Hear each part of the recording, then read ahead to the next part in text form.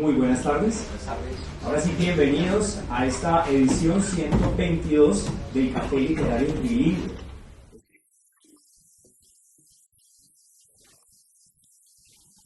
Instituciones, y vale resaltar el apoyo desde siempre del Banco de la República y el Área Cultural, la Unidad de Relaciones Internacionales de la Universidad del Quindío y el Programa de Literatura y Lengua Castellana. Obviamente el apoyo en esta ocasión de la Caja de Compensación Familiar con FENALCO. Como se llama Café Literario, pues obviamente hay un momento de café, y ese momento de café lo patrocina en esta ocasión la tienda de los Mecatos, que es el punto de café que tiene el Parque Museo Quimbaya. Y bueno, digamos que para esta ocasión también tenemos el apoyo fuerte de la organización que maneja Juan Felipe, efectivamente, que es la Red Departamental de Bibliotecas Públicas, a quien agradecemos además que Juan Felipe ha sido en otras oportunidades también conferencista, y gracias de verdad por apoyarnos en esta ocasión. Y a ustedes, como siempre, gracias por venir, por acompañarnos, por disfrutar de la literatura y de esos momentos de lecturas en otros idiomas que alternan el Café Literario Trilingüe. Adicional, en varias ocasiones también contamos con el apoyo del BNC Colombo Americano, que en algunas de las ediciones hace las lecturas en inglés. Por hoy vamos a tener únicamente un momento de lectura en francés, a cargo obviamente de Sebastián, que es el coordinador pedagógico de la Alianza Francesa. Andrés Felipe Solano, muchas gracias por acudir a este llamado, por hacer parte de esta edición del Café Literario, y bueno, bienvenidos ustedes también. Hola. Bien, Julián, muchísimas gracias a todas las instituciones y las personas que hacen posible esta actividad, el Café Literario Trilingüe. Me complace mucho haber sido convocado a conversar con Andrés Felipe. Teníamos una charla que se sacó en el 2017 cuando Andrés estuvo en el encuentro de escritores Luis Vidales presentando Cementerios de Neón, que es su obra de ficción previa a Gloria. Y bueno, por supuesto, ustedes, muchísimas gracias por atender esta invitación del área cultural, quien agradecemos por supuesto por propiciar este espacio. Y bueno, ustedes saben que esto se enmarca dentro de esa, digamos, programación extendida que tiene el High Festival, que ha traído Andrés, pero tiene en una gira maratónica, ¿no, Andrés? De ciudades en estos meses de enero y febrero. Entonces, bueno, nos convoca conversar sobre la más reciente novela de Andrés, que es Gloria, que aparece en este mes de enero en el sello Sexto Piso. Y bueno, me quiero ubicar, Andrés, en el momento en el que nos quedamos en el 2017, que fue el cierre de Cementerios de Neón, su obra previa de ficción. Pero antes de eso, y pues usted ya me habla, ahorita estábamos afuera del micrófono hablando un poco de lo que ha ocurrido y lo que generó obviamente en su momento el impulso que le dio la crónica del 2007, que fue 6 meses con el salario mínimo. Después, por supuesto, el ejercicio de testimonial que ha hecho Andrés acerca de su vida en Corea. Andrés en este momento cumple ya una década de estar radicado en Seúl, Corea del Sur. Y bueno, quisiera empezar, Andrés, un poco por ese tránsito de lo que nos quedamos en el 2017 con Cementerios de Neón. Gloria es una novela, y eso hay que aclararlo, y eso ha sido usted reiterativo en diferentes espacios, que hay que entenderlo como una novela, pese a que la contraportada o lo que vemos por detrás nos habla de que es una historia que tiene que ver con su mamá, de que está fundamentada obviamente en una historia presente de su infancia, de elementos particulares. Pero es una decisión, Andrés, de ficcionalizar o novelar esa historia o esos elementos particulares que tiene usted en recuerdo de su mamá. ¿Cómo fue ese proceso de asumir?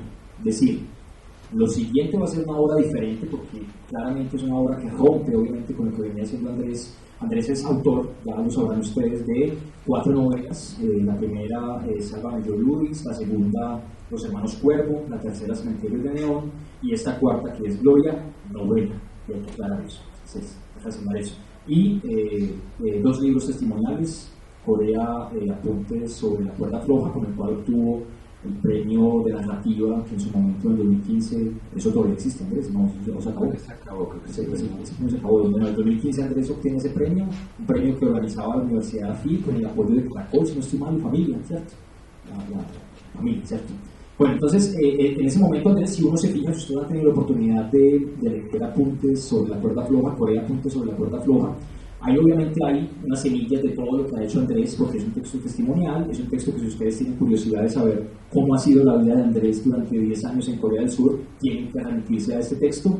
Y el siguiente, que es un texto, digamos que coyuntural, Andrés, y me encargo, si no estoy mal, que es Los días de la fiebre, donde Andrés cuenta cómo fueron los primeros meses de este sufrimiento del virus, del COVID en Corea. Entonces, pero bueno, Gloria, Andrés, ese momento donde usted decide que esos recuerdos de su madre y lo que fue ese episodio, esos episodios que vivió su mamá en los años 70, principios de los años 70, ¿cómo surge? ¿Cómo decide usted que va a ser una novela y no un texto testimonial, no va a redundar sobre el tema de lo que se conoce como autoficción o literatura no ficción?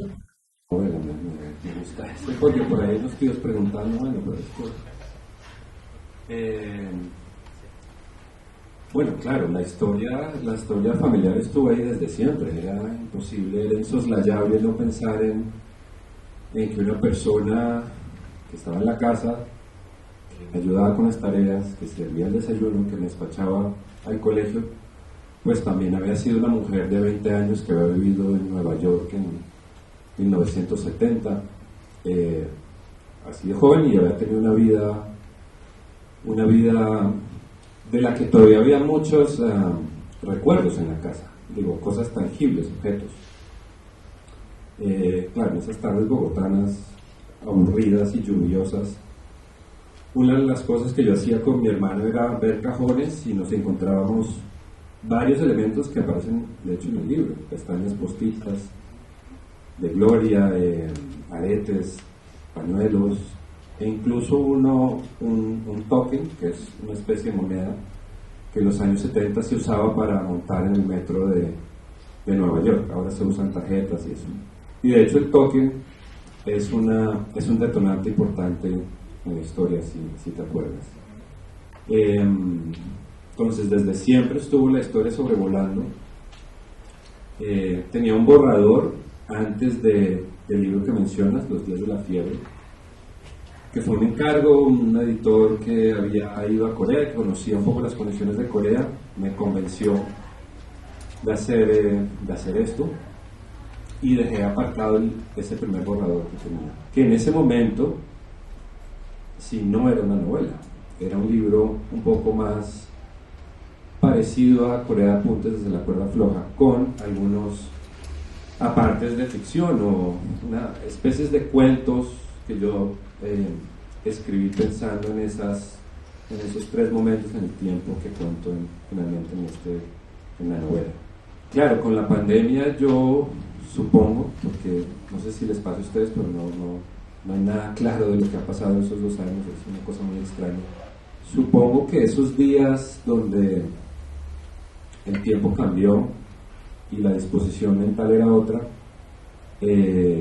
decidí asumir plenamente como la escritura del libro y transformarlo en una novela. Porque como te decía antes, era un libro híbrido en estos momentos, pero también había fragmentos donde yo comentaba obras sobre las relaciones entre madres e hijos, libros como Apegos feroces, por ejemplo, de Vivian Gornick, que es un libro que ha sido rescatado por esta misma editorial y que ha tenido mucha trascendencia y que curiosamente cuenta la historia de una mujer con su madre en Nueva York, se dedican a caminar la ciudad y a pelear todo el tiempo y bueno, a acordarse de muchas cosas, y es un tiro de flojera.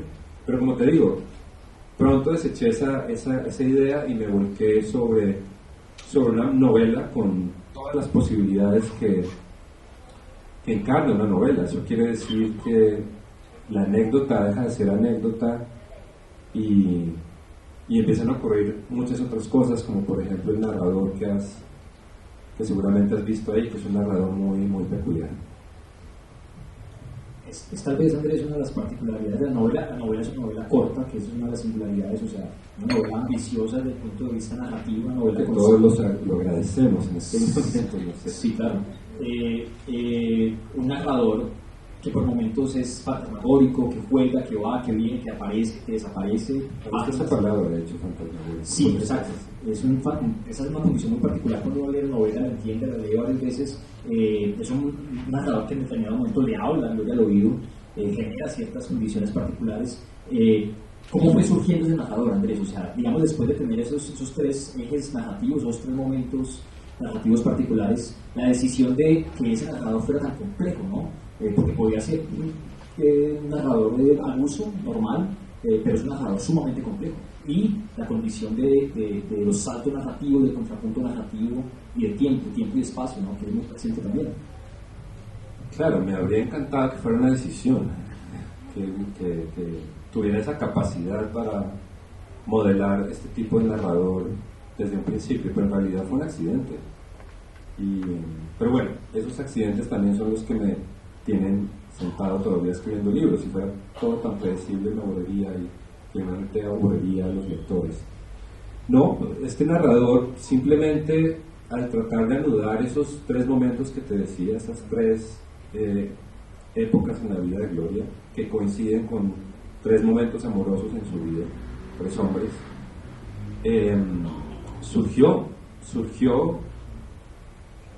encontró esa manera de encadenar estos tres momentos sin que se sintiera forzados y que se sintiera un truco. Esta fue como la semilla del narrador. Claro, después al revisar y al editar, cuando ya tenía un poco más de forma el libro, me di cuenta de la libertad que me iba a conferir utilizar este narrador y sobre todo del regalo que iba a ser liberarme de las constricciones morales que podría haber tenido el otro libro, donde claramente era mi madre, mi relación con mi madre, en fin. Cuando se vuelve una novela y encuentro este narrador, todas estas disquisiciones se vienen abajo y lo que importa finalmente es como Gloria se ha convertido en un sujeto y ese sujeto es el que haga la narración, que es para ubicarnos un poco un día en la vida de esta persona, como decías, en 1970 en Nueva York. Pero mira que el narrador, si bien es fantasmal al principio, es curioso porque va tomando forma cada vez más. Evoluciona muy bien, o sea, y al final tiene una presencia importante. Sí, empieza dando como unos pequeños toques, dejándole claro al lector el tipo de libro al que se va a encontrar, que es un libro diferente, pues un libro no es simplemente una historia muy convencional. Va a haber saltos en el tiempo, tiene que estar preparado para asumir esos saltos y mantener una concentración. Pero ese narrador al final también toma mucha forma y ya deja de ser fantasmal y se aparece en la novela y termina hablando con la gloria del libro, para cerrar muchos hilos que se ven abiertos. Muestra el rostro y aparece lleno. Mira que otra persona me dijo, y las dos funcionan, es fantasmal, y ahora lo comentaba en una entrevista, suena extraño, pero es como un narrador prenatal, como si estuviera narrando desde el vientre de esta mujer, sin que haya sido concebido todavía ese hijo, pero conoce de su pasado y de su futuro, y anticipa un ejercicio de anticipación de hechos históricos, o sea, personales históricos en la vida de Gloria, ¿no? En particular. Bueno, Andrés, cuando se habla de las posibilidades de esto, de novelar, digamos, hechos de la realidad, pues siempre aparecen dos componentes, que es el tema del pudor y el tema de los cuestionamientos de la persona que se está, digamos, perfilando, se está contando la historia. ¿Cómo fue ese manejo? El manejo de dar cuenta de cosas que le pasaron a su mamá, que fueron realidad. ¿Cómo fue eso? ¿Cómo sintió usted ese tema del pudor? Y usted obviamente ha contado en otros espacios que pues, usted se nutrió de diario, de su abuelo incluso, de lo que contaba su mamá, pero ¿cómo se maneja eso, Andrés, para ficcionalizar y para novelar esos hechos que son ciertos y que pues, para cualquier persona no sería fácil contarlos y soltarlos así en un ejercicio literario? Pues mira, hay una frase que siempre me ha quedado en la cabeza, creo que es de Richard Ford, un novelista norteamericano, que simplemente decía que para decidir ser escritor uno tiene que olvidarse de familia y amigos. Si está pensando en esas dos cosas, va en cierta medida a tratar de complacerlos, o va a enmascararse, o en fin, o va a eludir enfrentarse a esas relaciones. bueno, eso es un poco el libro. En Corea Apuntes de la cuerda floja, digamos, esa desenmascarada empezó a darse, y es curioso porque después muchas personas me preguntaban, en el libro, aparte de cosas que cuento sobre Corea, también hablo mucho de mi relación matrimonial, de mi experiencia como en un matrimonio interracial. Y es muy curioso porque muchas personas me preguntaban lo mismo, cómo uno decide atreverse a hablar de esa relación en profundidad. Y con mi esposa estábamos muy sorprendidos de la pregunta, porque en realidad no me parecía que estuviera contando a alguien algo que otras personas no hubieran vivido o pensado. Y en esa medida no me sentí impúdico al contarlo. Claro, con Gloria es un poco más complicado, pero bueno, ahora sí puedo hablar, digamos, más de la Gloria real, si quieres. Pero la relación que yo he establecido con ella desde hace unos años, que es curioso, la permitió Nueva York, porque es la ciudad donde, y aparece al final de la novela, es la ciudad donde los dos nos encontramos como visitantes de la ciudad, no como madre e hijo. Y eran visitas muy cortas, de 2 o 3 días, donde no teníamos tiempo para perder en nuestras peleas de madre e hijo, sino que teníamos el tiempo era para recorrer la ciudad y contarnos historias que de otra manera pues se nos iban a olvidar. Entonces, cuando esa relación se vuelve muy horizontal con la Gloria real, yo adquiero como la confianza para llegar a este tipo de libros. Voy a matizar un poco con un fragmento de apuntes sobre la cuerda floja, justo sobre el asunto de los cuestionamientos, lo que le pasó a ustedes, de sus amigos, lo que se preguntan de esa condición de estar casado con una coreana, de decidir en determinado momento radicarse en este país, distante, culturalmente muy diferente. Dice por acá en un apartado de estos apuntes, ¿no? Me pregunto qué dirán mis amigos acerca del hecho de que yo vivo en Corea, esté casado con una asiática e insista en mi empeño casi suicida de vivir de lo que escribo. No sé si sienten compasión al verme tan iluso, creyendo que puedo vivir como escritor sin estar amarrado a un puesto en una oficina, como tendría que hacerlo en Bogotá. O si, por el contrario, me tienen una secreta envidia. No tengo jefes ni subalternos, pero tampoco una madre, un padre o un hermano cerca. Mis relaciones con el mundo son del todo horizontales. La verdad es que cada vez estamos más lejos y con más frecuencia me ronda un pensamiento dañino, terminar convertido en un fantasma, un poco como el narrador, ¿no? Fantasmagórico como el narrador de Gloria. Ninguno manda correos, se está refiriendo a sus familiares y a sus amigos, ¿no? Ninguno manda correos, ni ellos ni yo, o lo hacemos muy de vez en cuando. Todos estamos tan ensimismados en nuestras propias vidas, algunos con sus parcelas de poder recién conseguidas, otros con sus familias o con sus drogas, cualesquiera que sean. Pasamos cientos de horas juntos entre los 15 y los 30 años, tantas que hemos llegado a un punto de hastío colectivo, el agotamiento de la cercanía. Creo que todos tenemos bastante miedo a sentarnos de nuevo en una sala a beber y a hablar sin descanso de las mismas cosas, tal y como lo hicimos durante tanto tiempo. Flota la amenaza de las historias repetidas, las eternas bromas, ya deshilachadas. Todo se hace más complejo y aterrador al entender que con los años no existe algo así como el nuevo amigo, si es que lo hay, siempre será comparado con el viejo y será, de alguna manera, un usurpador. Los extraño y quisiera verlos a todos aquí, conmigo, sentados en uno de los mercados nocturnos de Seúl, y al mismo tiempo la escena me da algo de terror. Esto me da pie, Andrés, para preguntarle acerca de lo que había alrededor de Gloria en esa estancia en Nueva York, y es los amigos, que son parte importante de la historia de Gloria, y son los que tejen alrededor de ella una serie de condiciones, la circunstancia, que ya ahorita abundamos un poquito en eso, que es lo que atraviesa el libro, y es esa noche del sábado de 1970 en que Gloria asiste con sus amigos al concierto de Sandro América. Pero los amigos de Gloria, Andrés, ellos estaban presentes en esos recuerdos, lo que le contaba a su mamá, qué le decía a su mamá de los amigos, cómo vivió el tema de la amistad. bueno, el tigre existió, digamos que es su novio o la persona con la que empieza a salir en esos meses. Carlota también, que es su compañera de piso. El torero sí es un poco junté como algunos otros personajes de los que me habló la Gloria Real. Claro, yo al principio solo tenía un poco la relación entre Gloria, la ciudad y el tigre en ese primer día, pero sentía que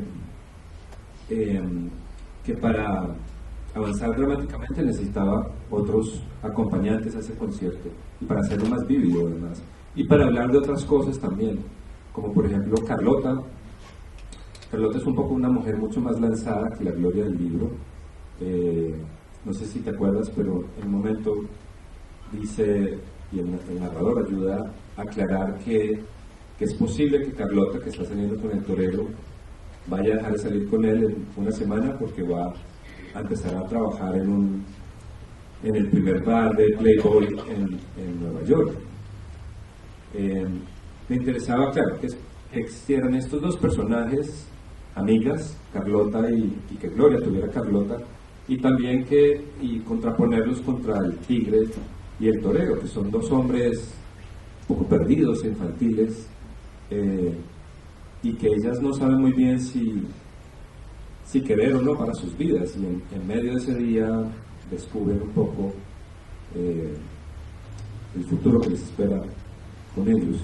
Pero sí me gusta que lo menciones porque es curioso, en ninguna otra entrevista se han mencionado esas relaciones fraternales. Y creo que sí son muy importantes en el libro para hacer esa contraposición entre estas mujeres jóvenes, muy vivas, con 20 años, yendo a oír a Sandro, un catalizador de energías sexuales en ese momento muy importante, más allá de ser un cantante famoso, divertido, exótico, extravagante.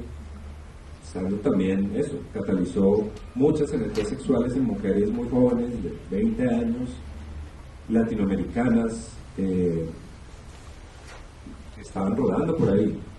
Y si juntas eso además con la aparición de los anticonceptivos, pues son dos momentos muy importantes que necesitaban ayudar a Gloria y a Carlota, a estas dos amigas.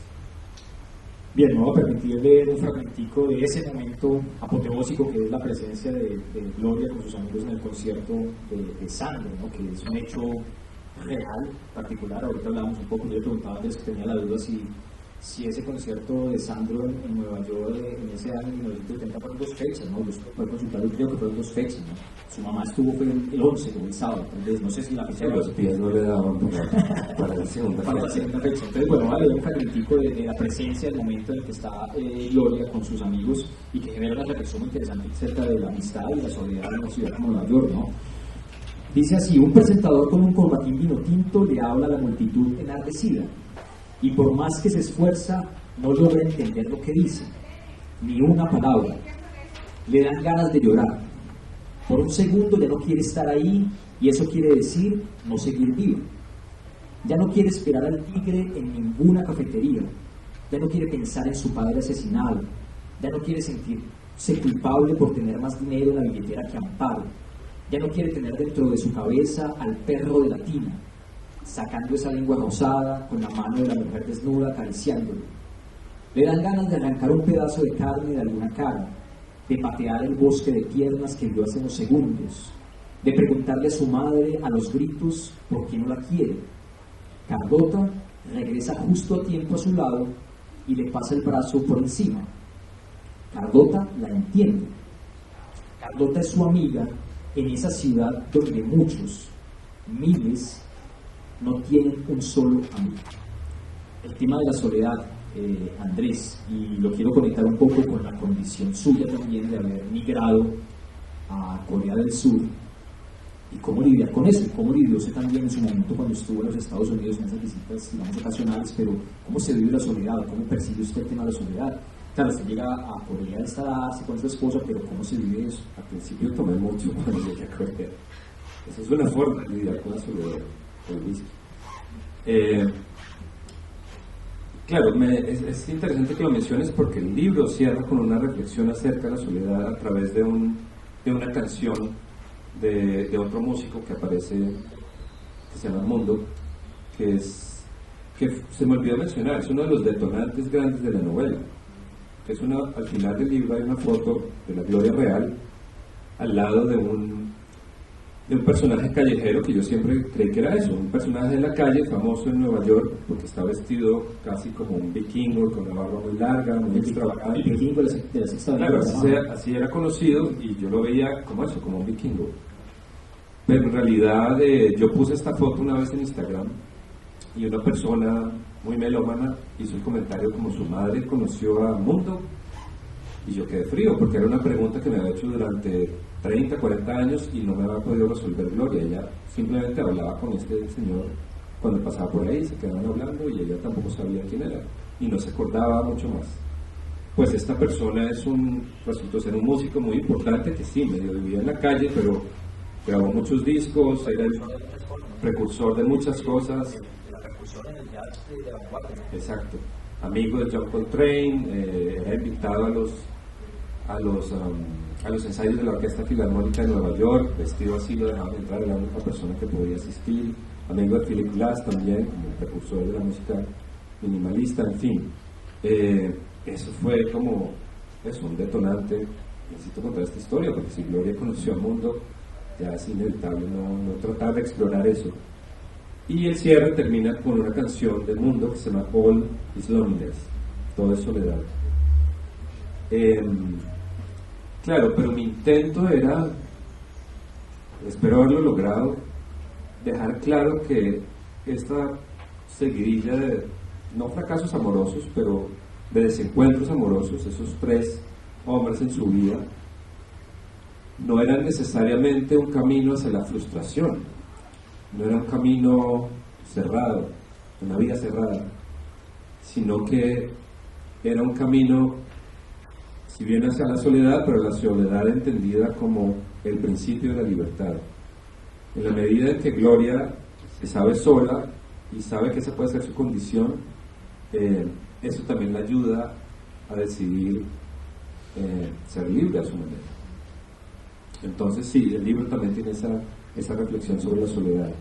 Y bueno, seguramente se colaron cosas de lo que mencionaba, de mi propia experiencia como inmigrante en Seúl, pero antes incluso que me di cuenta escribiendo el libro, yo llegué a Nueva York también a la misma edad, a los 20 años, y pasé 6 meses ahí un poco, sí, tenía amigos ocasionales, pero viví un poco esa soledad de esa ciudad tan particular, donde puede ser muy atronadora, pero si tú sabes que hay otras personas viviendo su soledad de una manera fructífera, cambia ese acercamiento a la soledad y deja de ser amarga y se vuelve un terreno fértil para muchas cosas en una ciudad como Nueva York. Bien, otro de los elementos, Andrés, que atraviesa la novela es, unos referentes a la cultura popular. Ya hablábamos, por supuesto, del músico Sandro de América, Mundo, aparece también la alusión a Oscar de la Renta, ¿cierto? Que es la casera de Gloria, trabaja con Oscar. Claro, que ni siquiera es chisme, eso era un poco verdad. Gloria trabajaba en un laboratorio fotográfico de acta, pero a la vez se vestía Oscar de la Renta porque su casera trabajaba para él y le dejaba ropa muy barata. Y si lo piensas bien, el libro se mueve en esos 2 polos. Hay una mujer inmigrante, joven, que tiene que trabajar porque su madre le ha dicho que no le va a mandar dinero si se queda allá, que tiene una casa en Colombia, pero esa casa en Colombia significa eso, volver a la casa materna y la imposición, en fin. Y a la vez, ese inmigrante que puede vestirse de Oscar de la Renta y caminar por las calles de Nueva York, sintiéndose casi una neoyorquina más. Bien, Andrés, hay un referente que ya ha aparecido en otras de sus obras y tiene que ver con el Quindío. Por supuesto, su madre vive acá en Quindío, su hermano vive acá en Quindío, ¿cierto? Y en la historia de Gloria, y si no estoy mal es en Hermanos Cuervo o en Cementerio de Neón, aparece la historia de su abuelo y las teorías alrededor de la muerte de su abuelo, que es un capítulo importante de Gloria. Una de esas teorías tiene que ver con la posibilidad de que su abuelo haya hecho parte del club de suicidios del Quindío. Esa es una historia muy particular, muy significativa, muy apasionante, pero también oscura de lo que ha ocurrido en este departamento. Un poco cómo es eso, Andrés, cómo es esa historia alrededor del club de suicidios del Quindío. Bueno, ese es un nudo dramático en el libro, es la muerte del padre, asesinado a los 3 años en una especie de duelo en Montenegro. En otro, ya no me acuerdo si es en Cuerda Puntos de la Cuerda Floja o en otro libro, hablaba un poco más en extenso de ese duelo, que fue, pues es una cosa casi cinematográfica, porque este señor, mi abuelo, estaba tomando en un café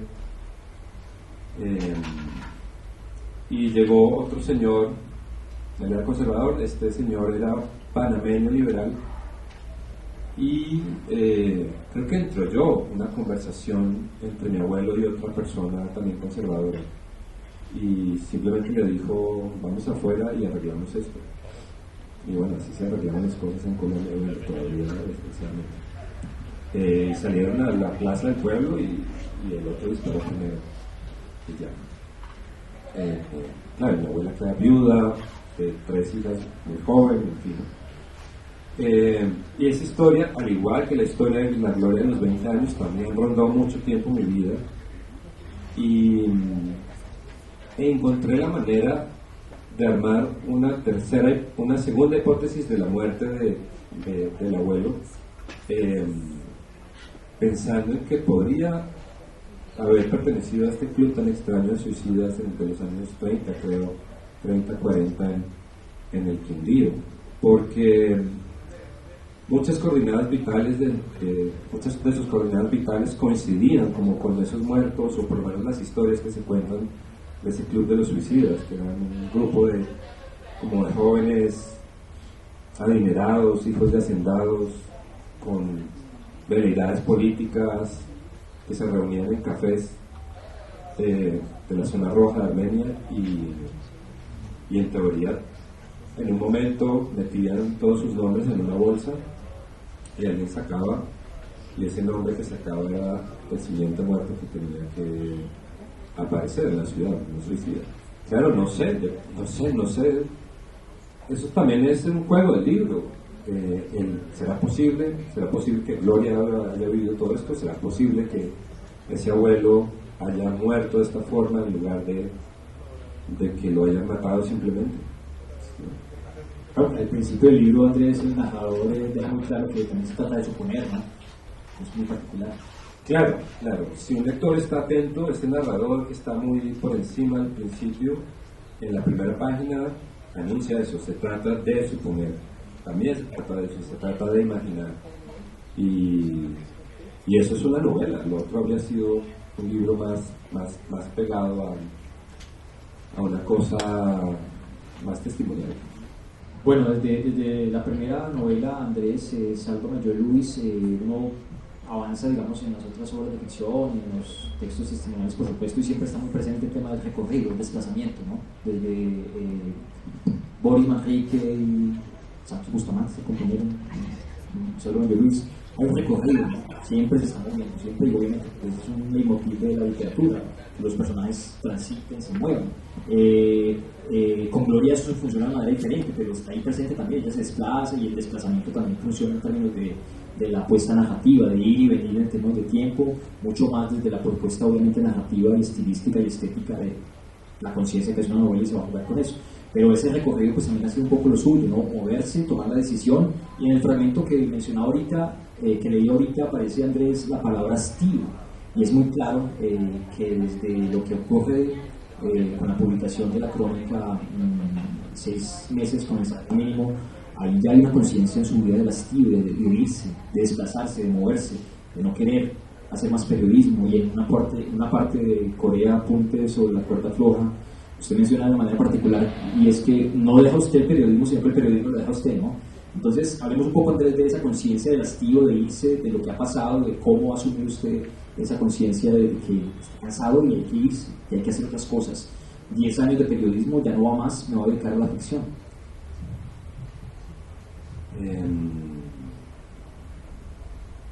Claro, al principio fue un peso muy grande, sobre todo el hastío que en ese momento me generaba Bogotá, que es una ciudad muy inhóspita. Creo que ayer vi a alguien en Instagram, puso una foto y decía, amo a Bogotá.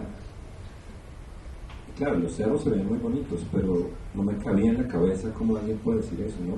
Puede soportar a Bogotá, lidiar, escaparse como yo, pero amarla me parece, no sé, brutal. Todavía no me cabe en la cabeza, es una ciudad muy complicada. Ese estilo bogotano me llevó, sí, a moverme muy rápido, a irme a Medellín, a irme después a Seúl, sin planearlo, pero también la idea de movimiento, ahora que hablamos de este libro y de la historia de Gloria, la semilla, el germen, pudo haber sido ese salir de la casa de ella muy joven, también a los 20 años.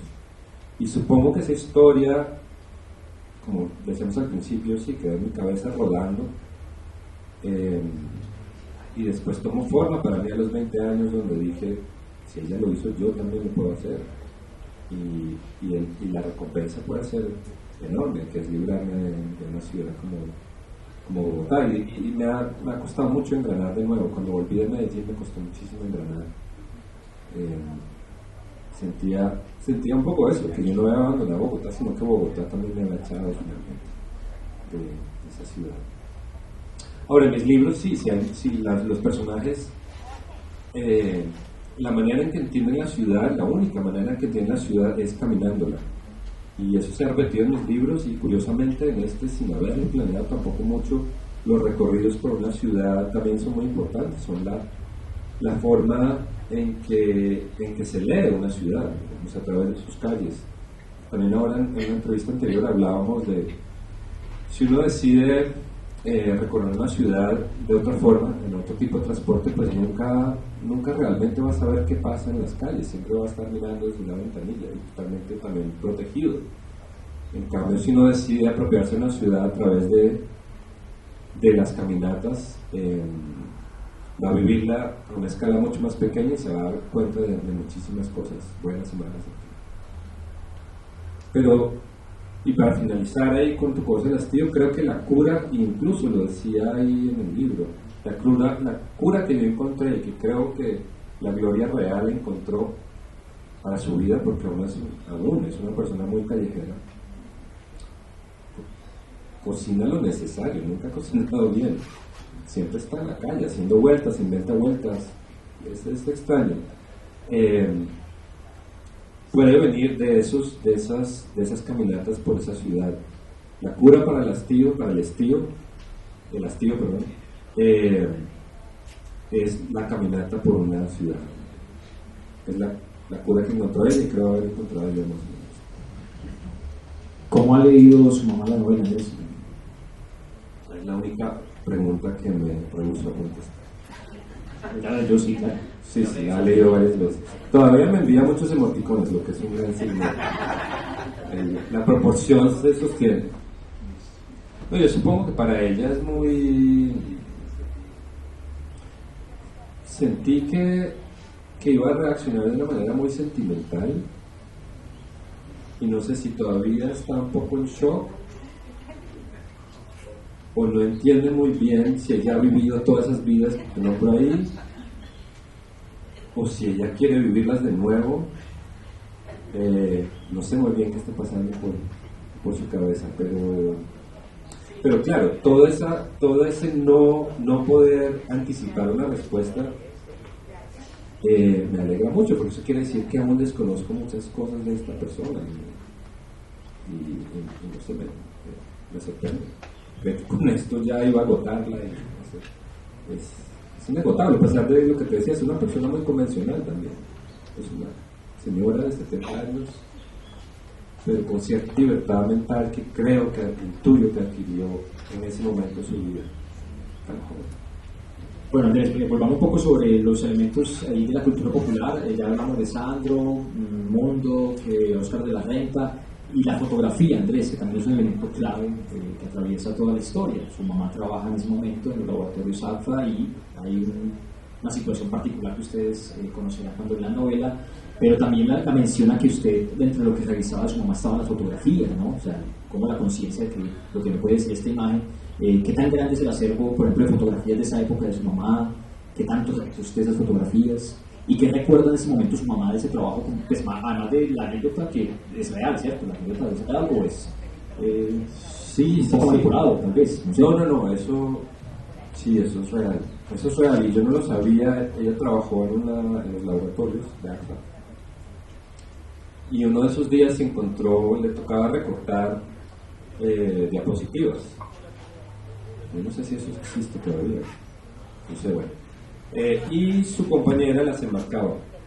Y recortando esas diapositivas, pues se encontró con unas fotos que la alteraron muchísimo.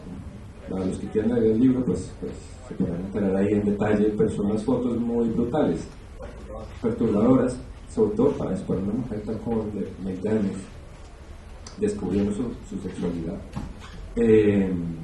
Cuando me contó eso, claro, fue como escritor, salivé, como esto es un momento perfecto, necesito usar esto porque no me interesa que todo el día que cuento sea totalmente luminoso y lleno de juventud y a la expectativa. También me interesaba introducir un elemento de oscuridad que también ha estado presente en la vida de la Gloria real. No es todo lo jovial que ella quisiera, también hay momentos muy parecidos a este, de oscuridad que ella ha sorteado muy bien. Me parece que ha tenido una interés para sortearlo ya. Y claro, en otra entrevista alguien, y hablaba ahora con otra persona, lo que me interesa de los libros es terminar de escribirlos con el lector. Si los vuelvo papilla para bebés y se los entrego a los lectores, pues es un libro fallido, me parece. No es el tipo de escritor que yo quiero. Y ese lector me hizo pensar en estas fotos más detenidamente, y creo que inconscientemente se va a haber colado una lectura de un cuento de Juan Carlos Onetti que se llama El infierno tan temido, donde hay unas fotografías que también tienen un papel muy, muy fuerte dentro de la narración. Es la historia creo que son dos esposos, no sé si se divorciaron, están a punto de divorciarse, pero bueno, ya no viven juntos, y la esposa empieza a viajar por varios pueblos del Uruguay, y el esposo trabaja en una redacción de periódico, y la esposa le manda sobres, y en esos sobres hay fotografías de ella teniendo sexo con otras personas, como la brutalidad de la venganza en forma de fotografía. Yo creo que ese elemento ahí de usar la fotografía como eso, como para introducir un elemento de oscuridad, pueda venir de ese cuento, que si tienen la oportunidad de leerlo es increíble. Bien, Julián, no sé si procedemos a la lectura del fragmento que se ha seleccionado para pero no entiendo, van a leer Gloria en francés. Los compañeros de la Alianza Francesa hicieron una traducción del fragmento que se seleccionó. Bonsoir. Sur le chemin de l'embarcadère, la brise qui descend des rocheuses balaie les couloirs de son esprit, brise le nœud de son cou. Ils avaient atteint les lacs après 3 heures de voyage sur le Indian Centennial Chief. Pas un arrêt, pas une plainte. Quand ils avaient quitté l'appartement, il faisait encore nuit. À peine un café au lait et un biscuit à l'avoine dans l'estomac, et l'autoroute reliant New York et la Virginie mettait du temps à se dégager. Elle se crispe presque toujours les premières minutes avec l'échappement qui donne à ses pieds, et la peur de tomber et de l'orphelinat qui viendrait avec un accident. Des bidons déformés, des lambeaux de peau, mais elle s'abandonne vite au plaisir du monde sans passé qui lui offre les lignes de la route. Lors du dernier voyage à Buffalo, elle a appris à identifier le moment où elle pouvait lâcher ses mains de son ventre et les laisser pendre quelques secondes à côté de ses jambes pour sentir le vent entre ses doigts entre Gênes et Euphorie. Un vieux jean et une veste militaire enduite, c'est la tenue de Gloria à chaque fois qu'ils vont faire un tour en moto. Elle remercie, merci, merci, murmure-t-elle, souvent à l'intérieur de son casque, de lui avoir fait découvrir cette forme de liberté à laquelle elle n'avait jamais pensé, si proche d'une publicité télévisée, mais pas moins définitive pour autant. Un vrai miracle à découvrir à presque 60 ans, avec 3 enfants et un divorce signé chez le notaire depuis 2 mois.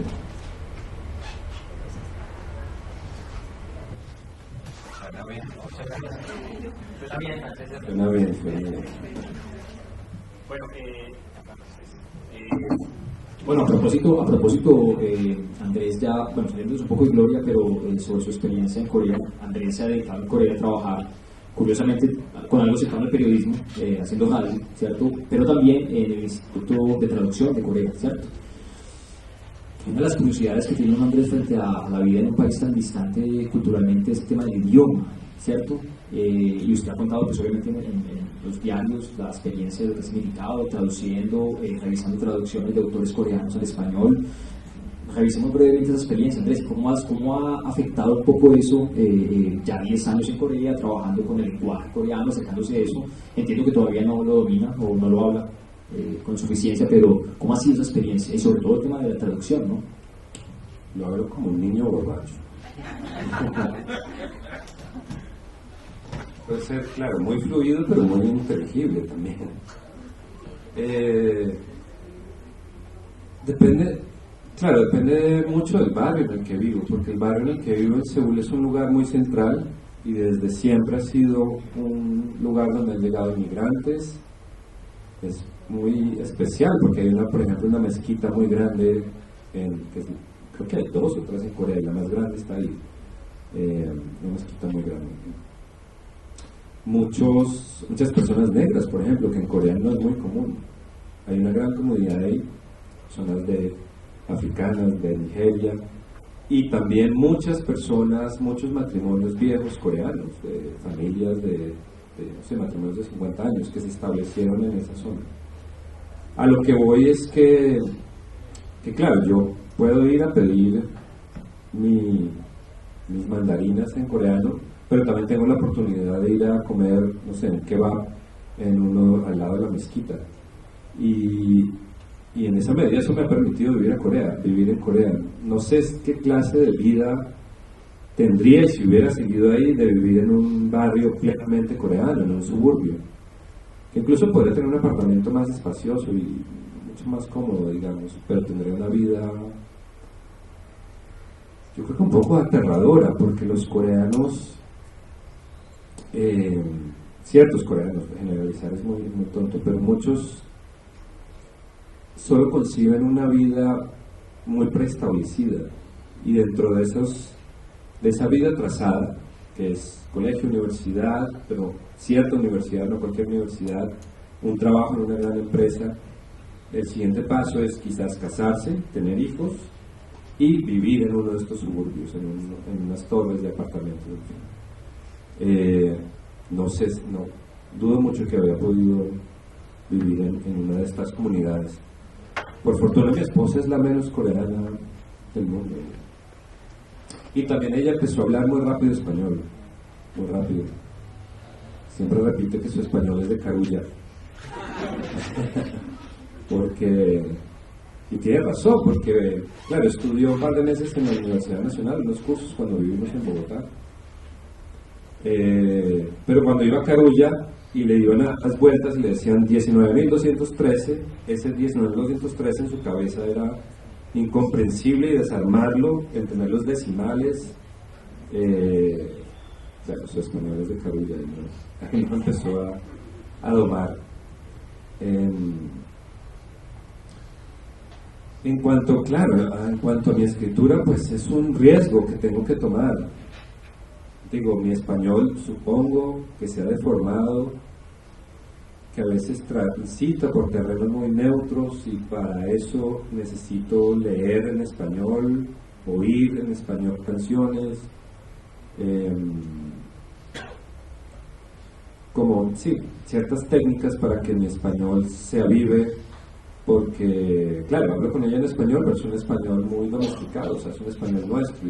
Y tengo un par de amigos, un periodista español y otro colombiano, pero pues no nos vemos todo el tiempo, a pesar que vivimos en el mismo barrio. Entonces es un riesgo, pero también Corea me permite, qué sé yo, haber escrito 6 libros en 10 años, que de hecho en otro país, aquí, no sé, habría sido muy complicado. Gracias a este instituto de trabajo que me permite tener mucho tiempo libre para escribir.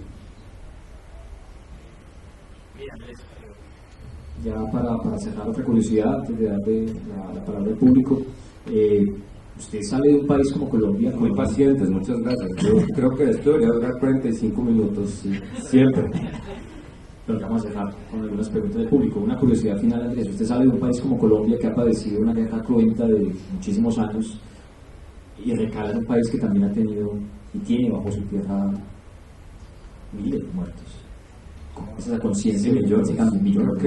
Creo que la cifra estimada son 3 millones de muertos en esa guerra de 1950. Creo que en Corea, puntos de la cuerda floja, hay un par de frases sobre eso, en las que pensaba que, claro, los coreanos se mataron en esos años y se mataron todo lo que tenían que haberse matado, y ahí cambió ese pueblo, digamos, y ya no necesitó resolver sus problemas por esa vía. Pero claro, los ecos de la guerra en Corea todavía están, y hay cosas muy extrañas, como existe el Ministerio de la Reunificación, y tiene un presupuesto gigante pensando en que estas dos Coreas se pueden llegar a reunificar, que yo creo que es imposible, mentalmente está muy lejana así. Y de hecho, geopolíticamente a nadie le conviene, porque si bien Corea del Sur sola ya es la 10ª economía del mundo o algo así, si tiene todas las minas que tiene Corea del Norte y más la mano de obra, pues no creo que Japón se ponga muy feliz, y China, no van a dejar que eso pase. Ya no es ni siquiera decisión de los coreanos. Si esos muertos están enterrados ahí, son 3 millones, y a veces esos muertos hablan, a pesar de que han pasado 70 años. Bueno, Andrés, muchísimas gracias. Entonces pasamos a una pequeña ronda de preguntas del público. No sé si hay por ahí el móvil de inquietud. Sí, por ahí. ¿Su papá vive? Sí, sí, sí. ¿No leyó? ¿O él no sabe el libro? Pero es una novela. Yo insisto, y se tiene que leer como una novela. Entonces, digamos que no importa mucho qué diga él, porque si él entiende que es una novela, no tendrá que hacer una crítica literaria. Que te agradezco que me haya hecho leer el cuento de Onetti y por fin entenderlo. Onetti es muy claro, porque Onetti hay unos meandros ahí, es difícil, pero eso, la recompensa después de entender de qué se trató toda esta bruma es impagable. Si tiene ganas de leer algo más de Onetti, hay una novela cortica que se llama Los Adioses, que es increíble también, y solo se entiende al final lo que ha pasado, porque Onetti lo coge a uno y lo lleva por un lado extrañísimo, y al final resulta todo lo contrario. Y el narrador de Los Adioses es muy complejo. Sí, exacto. Bueno, ¿qué más? Gaby. Me da mucho gusto volver a oírte, esta vez con un tema totalmente distinto. Contrario a lo que ustedes hablaban, la sensación que a mí me dio el narrador es totalmente diferente. Yo sí te sentí... Genial que pase eso. Sí, por eso es tan lindo el arte, la literatura y todas las expresiones, bueno, libros, cine, pintura. Lo lindo de eso es que todos lo vemos, lo sentimos distinto. Yo sí te sentí muy ahí. Y cuando tú estabas hablando y ustedes estaban hablando las preguntas sobre cómo tiene origen esta historia, y tú hablabas del token que un día, cuentas en la novela, descubriste, y cuentas cómo Gloria llega, el perfume que está usando, que siempre usaba. Ese fragmento me pareció muy bello y me pareció muy íntimo, y por eso además también te siento tan presente allí. Pero al margen de eso, que es una percepción puramente subjetiva, te preguntaban por lo que había pensado tu mamá al leer el libro, y pues yo también puedo entender que sea para ti muy complejo decir realmente qué es lo que siente. Ahora quiero entonces preguntarte por algo más íntimo a ti, y es, ¿qué sentiste tú rememorando todo esto que descubres en la novela, también tus pasos en el 98, tal vez, cuando vas a recorrer esa Nueva York que ya estaba empezando a darte vueltas en la cabeza? ¿Sentiste nostalgia, recordándola a ella, redescubriendo cosas, o alegría, o temor, no sé? ¿Qué había en ese Andrés Felipe, escritor que también es hijo de la protagonista de la novela?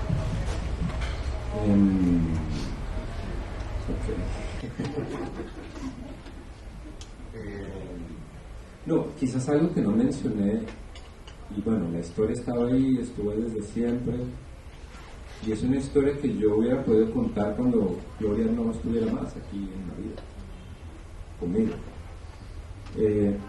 Pero esa historia hubiera estado inevitablemente atravesada por el duelo y el dolor, y finalmente me arriesgué, prefería que ella lo leyera, saliera lo que saliera, a escribir un libro, eso, atravesado por el dolor del mismo que pierde a su madre. Eso había sido imposible no pensar en eso, digamos.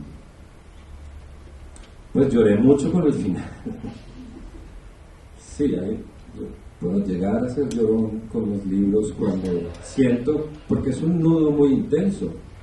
Por lo menos para mi trabajo, es un trabajo un poco notarial, de 9, cuando me propongo escribir un libro, de 9 a 12, y de 2 a 5 durante un periodo de 3 meses, y ahí paro, y así puede seguir después otro periodo, pero es una tensión muy grande. Entonces, cuando el libro toma forma y se acerca al final, o el final ya está ahí, me es inevitable como no abrir esas compuertas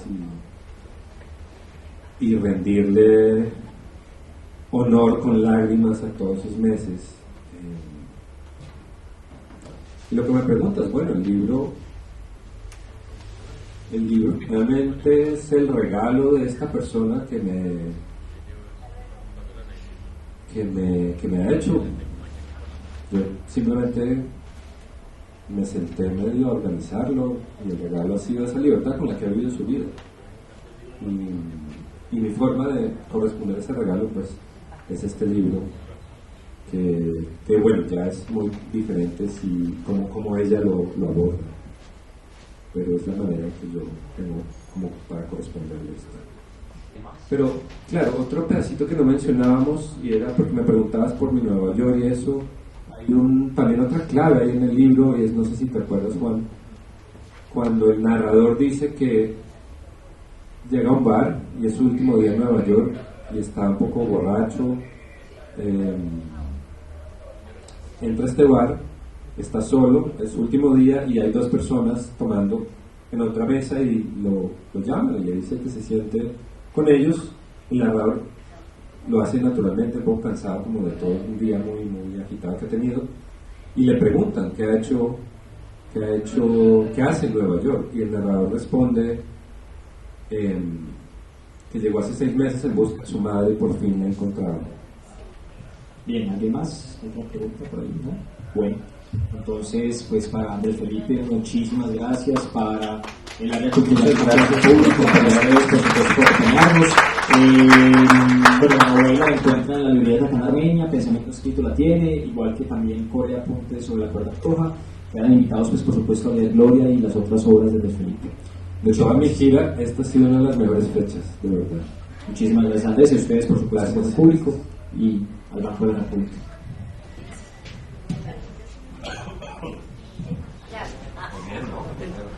Pues quiero contarles precisamente acerca de lo que les dijo Juan Felipe. El libro se encuentra en las librerías de Armenia.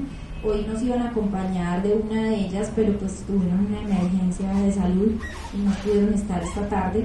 En nombre de Ediciones Siglo del Hombre, también agradecerles muchísimo por estar aquí, por adquirir los libros que están disponibles ya en las librerías. Entonces, a todos muchas gracias en nombre del Banco, de Confenalco, de la Alianza Francesa y las instituciones que nos acompañan esta tarde.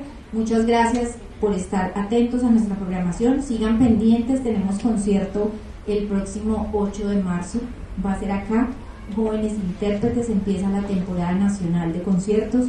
Este año el banco está cumpliendo 100 años y recuerden que tenemos la reapertura del Museo del Oro. Entonces, nuestra ciudad sigue de fiesta. Muchas gracias, Andrés Felipe. Muchas gracias, Andrés. Una feliz noche para todos.